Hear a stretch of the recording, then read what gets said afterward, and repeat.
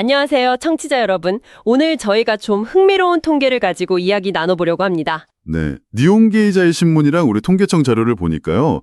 한국 남성이랑 일본 여성 결혼이 눈에 띄게 늘었더라고요. 맞아요. 작년에만 1176상. 이게 10년 만에 제일 높은 수치래요. 네, 전년보다 무려 40%나 늘어난 거니까 정말 큰 변화죠. 근데 진짜 흥미로운 건 반대로 한국 여성이랑 일본 남성 결혼은 혁 줄었다는 거예요. 네, 147건. 10년 전이랑 비교하면 거의 5분의 1 수준이니까요. 완전 역전 현상이네요. 그것도 코로나 시기에 다른 나라랑 국제 결혼은 다 줄었는데 일본하고만 늘었다는 거잖아요. 2019년보다도 14%나? 그렇죠. 이게 참 특이한 지점입니다. 왜 이런 변화가 그것도 이 시기에 나타났을까? 단순히 숫자만 볼 게 아니라 그 배경을 좀 깊게 들여다봐야겠죠? 네, 그럼 그 배경부터 한번 얘기를 해볼까요? 예전하고는 진짜 많이 달라진 것 같아요. 70년대, 80년대 이때는 일본이 경제적으로 훨씬 그렇죠. 그때는 일본 경제력이 워낙 강했으니까 그래서 보통은 한국 여성분들이 일본 남성이랑 결혼하는 경우가 더 많았다고 봐야죠. 경제적인 이유가 컸고요. 근데 이제 상황이 바뀐 거군요. 네, 2010년대 중반 이때부터 한국 경제가 많이 성장했잖아요.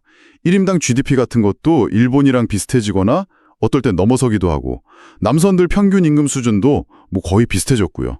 그 경제적인 격차가 줄어든 게 현실적인 문턱을 낮춘 거네요. 그렇죠. 그게 큰 요인 중 하나라고 볼 수 있습니다. 근데 경제 수준만 비슷해졌다고 바로 결혼이 늘어나는 건 아니잖아요. 맞아요. 뭔가 다른 끌리는 점이 또 있어야 할 텐데. 바로 그 지점인데요. 문화적인 요인, 그러니까 한류. 이걸 빼놓을 수가 없어요. 그게 벌써 20년 넘게 꾸준히 영향을 주고 있는 거죠. 그 2000년대 초에 겨울 연가. 그때부터 시작된 관심이 그냥 반짝하고 망이 아니군요. 네, 니케이 신문 분석도 그거잖아요. 그 겨울연가 보고 자란 세대가 이제 결혼할 나이가 됐고 또 그 부모 세대들이잖아요. 네네. 그 부모님들이 한국이나 한국 사회에 대해서 예전보다 훨씬 긍정적으로 받아들이게 됐다는 거예요. 이게 세대를 이어서 문화적인 친밀감이 쌓인 결과죠. 되게 흥미로운 분석이네요. 단순 호감을 넘어서는 그런 움직임도 있는 것 같더라고요. 홍익대 오이카와 히로에 교수님 연구 보니까 한국에 사는 일본 여성분들 중에 상당수가 한국에 대한 동경이나 여기서 사는 보람 이런 걸 이유로 꼽았다면서요? 맞습니다. 그게 중요한 포인트인데요. 그냥 K-팝이나 드라마가 좋아서 이걸 넘어서 한국의 삶 자체, 그 삶에 대한 어떤 긍정적인 기대감이나 만족감 이런 게 있다는 거죠.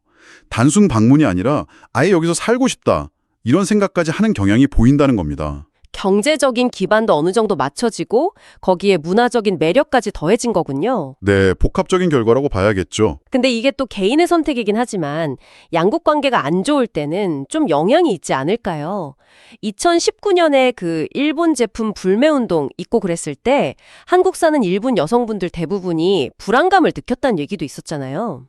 네, 맞아요. 정말 중요한 지적입니다. 그래서 그 니케이 신문에서도 결혼은 민간 외교의 최전선이다. 이런 표현을 썼더라고요. 민간 외교의 최전선이요? 네. 그러니까 이런 개인적인 교류, 좋은 관계가 계속 이어지려면 결국에는 안정적인 정치 외교 관계가 바탕이 되어야 한다는 거죠. 좀 크게 보면 나라 사이 관계가 결국 우리 개개인의 삶의 질이나 행복에도 직접 영향을 미친다. 이런 이야기입니다. 그렇군요. 오늘 쭉 얘기를 들어보니까 이 한국 남성, 일본 여성 결혼 증가는 결국 경제적인 조건이 좀 비슷해지고 또 수십 년 동안 쌓인 한류 같은 문화적 매력이 합쳐져서 나타난 현상이네요. 네, 그렇게 정리할 수 있겠습니다. 개인들의 선택 하나하나가 모여서 양국 사회의 어떤 변화를 보여주는 상당히 흥미로운 지표가 되고 있는 거죠. 네. 마지막으로 청취자분들께 이런 질문을 한번 던져보고 싶어요.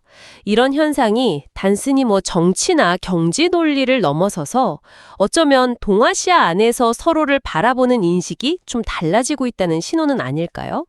혹은 개인이 자기 삶의 만족이나 성취를 찾아가는 방식의 변화일 수도 있고요. 공식적인 관계가 좀 껄끄러울 때도 있잖아요.